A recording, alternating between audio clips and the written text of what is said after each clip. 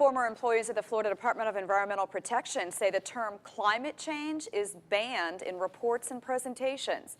As Mike Vasalinda tells us, those employees say the shift in terminology began with Rick Scottâs' election.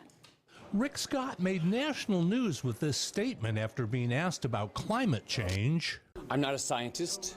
Now former employees of the Department of Environmental Protection claim in a published report that they were not allowed to use the term climate change. Others say there was no memo, just an understanding.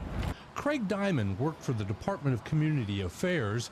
He says his agency, which used to manage growth before being abolished in 2011, was making a subtle shift to the term sea level rise.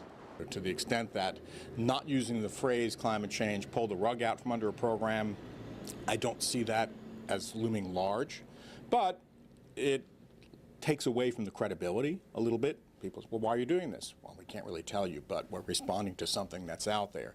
Vivian, not a real name, is an attorney. In the middle of a job interview late last year with the Public Service Commission, which regulates utilities, Vivian says she was asked about her opinion on climate change. And I was quite surprised. I think it's kind of almost asking your religion in a way, almost, but I didn't want to lie. She didn't get the job. David Guest is a critic of DEP and Rick Scott. And what this administration has done makes Florida the laughingstock of the entire country. A search of the DEP website did turn up the term climate change in more than 1,600 posts. Many were before Rick Scott took office. Mike Vasalinda, WCTV Eyewitness News, Tallahassee.